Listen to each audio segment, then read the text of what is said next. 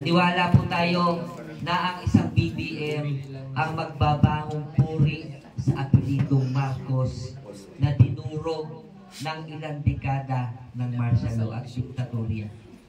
Naniniwala po tayo nun. Lahat tayo. Sakit masabihin, pero nabudol tayo. Naniwala tayo na magsasanib puwersa sila para sa kapakanan ng taong bayan. Ngunit sa tinakbo ng ilang panahon, yung mga pinagkasunduan nila para sa kapakanan ng taong bayan ay unti-unting gumuho. Pero alam niyo po, naniniwala ko, hindi lang sa mga Ilocano, meron po tayong kaugaliang Pilipino na tinatawag na utang na loob. Isipin po ninyo, ilang presidente ang dumaan.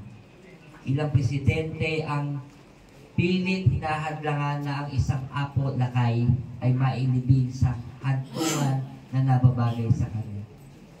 Isang Duterte po ang nagbigay ng karangalan sa kanya. Pero,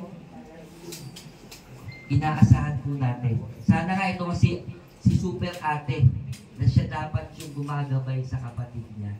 Nasaan po? Siya dapat yung namamagitan sa hidwaan ngayon kung meron lumalalim na hidwaan. Pero nasan sila? Yun po ay napakalaking kultura na nakatatak sa atin. Yung pagtanaw ng utang na loob. Pero sa kabila ng pagbibigay karangalan sa isang Marcos, ano po ang ginagawa ng Kongreso ngayon, ng administrasyong ito sa isang Duterte? Yun lang po. Hindi po tayo naghihigante. Hindi naghihigante ang Duterte kasi bakit po? Minsan lang pong tumayo sa hakbang na maisog si PRRT at si BP Sara nung kauna-unahan. Ano po yung tinututulan lang nila? People's Initiative. Bakit po? Ang daming kumalat na papel, pipirmahan ninyo kapalit ng ayuda, pero ang gagamitin nila, ipapain nila yon para mapalitan ang konstitusyon. Ano na ipapalitan nila? Dagdagan ang termino at huwag nang mawala muli sa kapangyarihan. Yun po ang mabigat. Simpleng linya sa konstitusyon na kapag napalitan, ang kapakanan po natin ang tuluyang buhay. Hindi po natin inaayawan kung ginaganap itong huli. Isipin nyo na lang po, itong huli, ano sabi? Pinagmamalaki sa SONA, 5,500 flood control project ang naisakatupa. Pero nung tinanong, nung bumaha, mismo ang panahon na nagbigay, si Karina, bumaha, nasaan po yung 5,500 billion project na yun? Ang gaba, hindi magsaba. At bukod po doon, nung in-interview siya, ano po sinagot niya? Hindi na dapat pag-usapan. Ito po. Oh my God. Ako po, nung makilala ko yung kapitan ninyo, kapitan lang po muna sa kapitan. Very intelligent yung kapitan ninyo. Alam niya ang gagawin niya sa kanyang nasasakupan. Ako po, hindi hikayat po kayo. Maging active po kayo ngayon sa social media. Huwag yung sa mainstream. Isa-isahin nyo po, i-search nyo Marcos, i-search nyo Duterte, i-search nyo lahat ng nangyayari ngayon. Baha, ayuda, lahat po yan.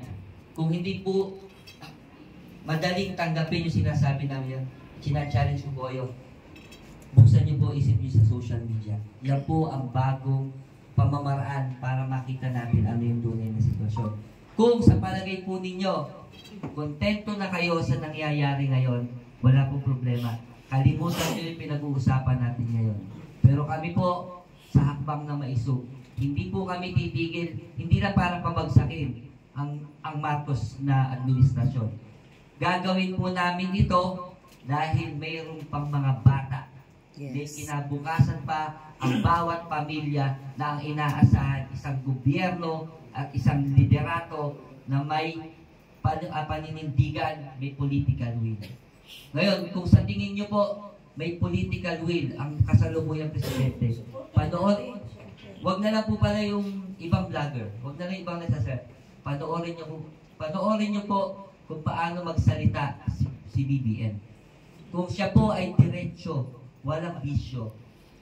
International reporter yung nag-interview sa kanya. Australia. Hanapin niyo po yun. Sinaway siya. Ano nakakatawa? Sa Australia yun. Isa kang presidente ng isang bansa. Ako po, wala akong against sa pamilya Marcos. Kayo po ang tumiskubre. Kung sa tingin ninyo itong Marcos na nakaupo ngayon ay katulad ang tatay niya na kahit diktador, maraming naipagawa. LRT, yung mga cultural center, yung mga dinadaanan natin kalsada. Ano po ang ginagawa ng anak niya? Yun po isipin natin. Hindi po kami naninira lang ng isang BBM. Ang binubuksan po natin, ang diwa ninyo na mayroon tayong isang leader na nanunungkulan ngayon na bangag at walang paninindigan. Walang pakialam sa nangyayari sa taong bayan. Yes. Di ba po?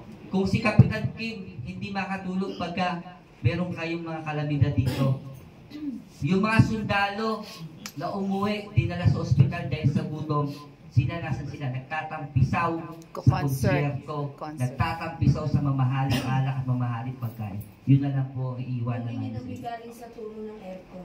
Di ba Oh my po? God. Kahit po tulong nakalagay mo sa patasyon, kahit donasyon, basta ikaw ay nanunungkulan, bawal kang tumira.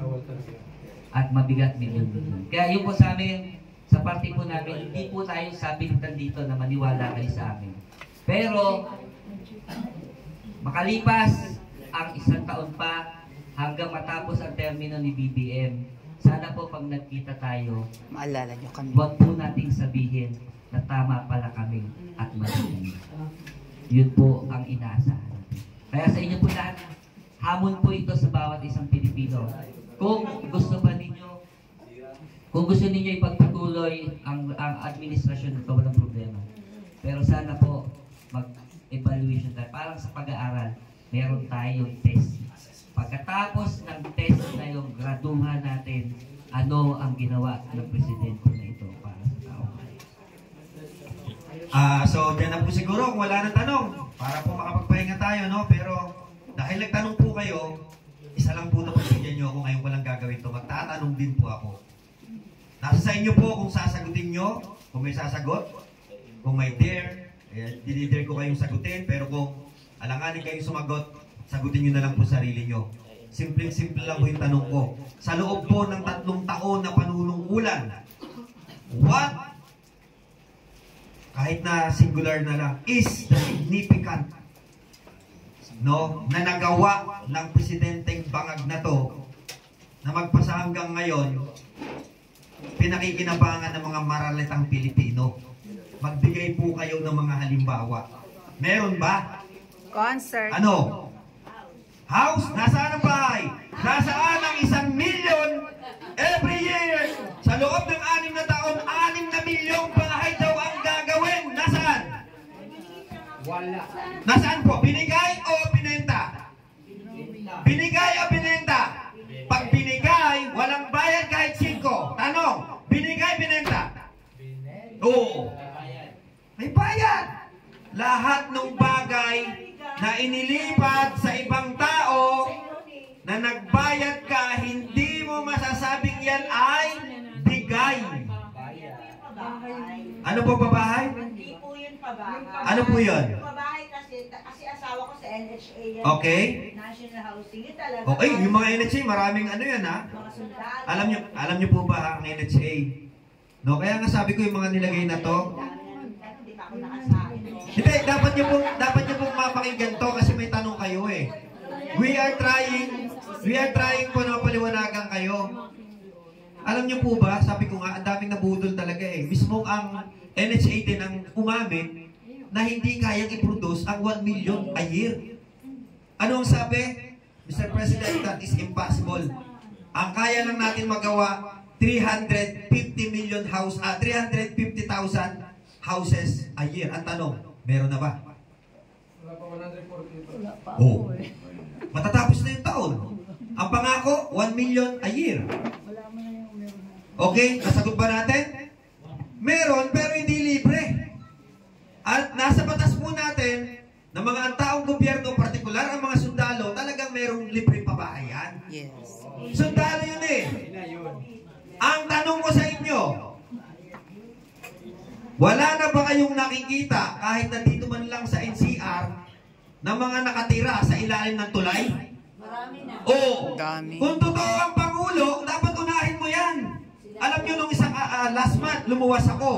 Totoo po ito ha.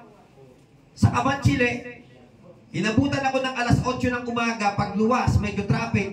Alam nyo ba yung mga badyaw? Nandun sa Caban, Chile, nakahiga doon ng haba-haba. Sa Alabang din. Sa Sino nakakakita nun? Ang daming mga street dwellers ngayon. So, nasaan ngayon ang babahay?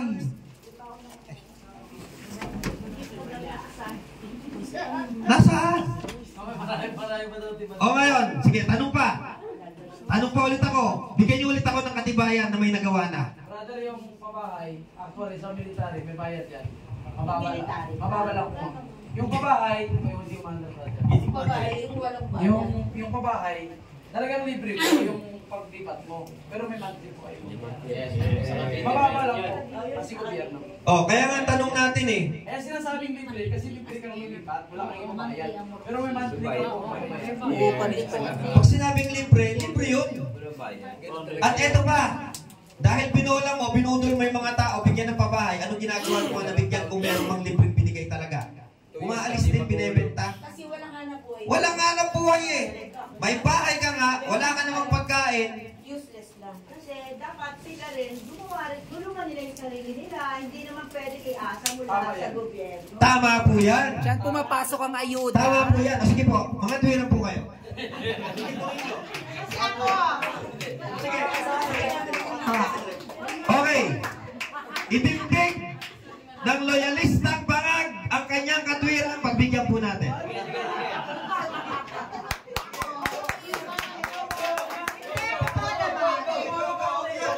kasi, alam mo na, kahit sino naman ang maging presidente, hindi ka naman matutulungan sa buhay ng mga yan. Okay? Hindi, ikaw ang gagawa ng sarili mo. Tama. Paano mo tutulungan ang sarili mo? Tama. Hindi yung sarili mo iangat mo. Tama. Hindi naman gobyerno mag-aangat sa Gusto ko sumagot dyan. Sige, sasagot daw si Ma'am. Sige, sige. Dami sumagot. At dahil dyan, Bakit? Tita, tita. Kasi anak ko kakain, wala akong... Hindi, kasi ang mahirap Eh, ba't ayaw nyo? mga Pilipino, ano? Ba't ayaw Alam nyo? nyo, ganyan din yung presidente bangag eh. No, bakit ayaw natin marinig kasi yung katotohanan? Nagtanong tayo eh. Sagutin ko lang ng mabilis. Ma'am, obligasyon po kasi ng gobyerno na ibigay yung law and order sa atin. Ibig sabihin, dapat ang katahimikan, kaayusan, gobyerno ang sasagot dyan. Also, yung pagkakaroon ng trabaho, dapat sagot din yan ng gobyerno. So, paano maghahanap ng trabaho ang mga kababayan natin kung kulang na kulang dito yung opportunity? Oh. And also, hindi pwedeng sabihin na magtrabaho ka na lang, magkayod ka. Ano ba magkakatrabaho? Diba, education is the key for success. Oh, edi, So, mag-aral oh. para magkaroon ng trabaho. O paano ngayon anong ginagawa ngayon ng government para makapag-aral ang lahat? Sige Katulad nga. namin, dito kami sa Cap Kim. Ibig sabihin, hindi namin ginustong mapuntahan. Binigyan kami ng pagkakataon. Ay, ginusto nyo din po. Kasi nagtatrabaho kayo ngayon Hindi, dito. Dahil kahit binigyan po kayo ng pagkakataon, wala kayo dito. Wala na yung kasama. Kung Hindi, ayaw okay lang ninyo. po yun. Ano po yan? Sige po. Basta sa ganun pong argument, simple lang yan. Opo. Salamat po. Ako, yung totoo lang naman ang sinasabi. Salamat po. At nakatulong po kayo na mas lalong mamulat ang sambayan.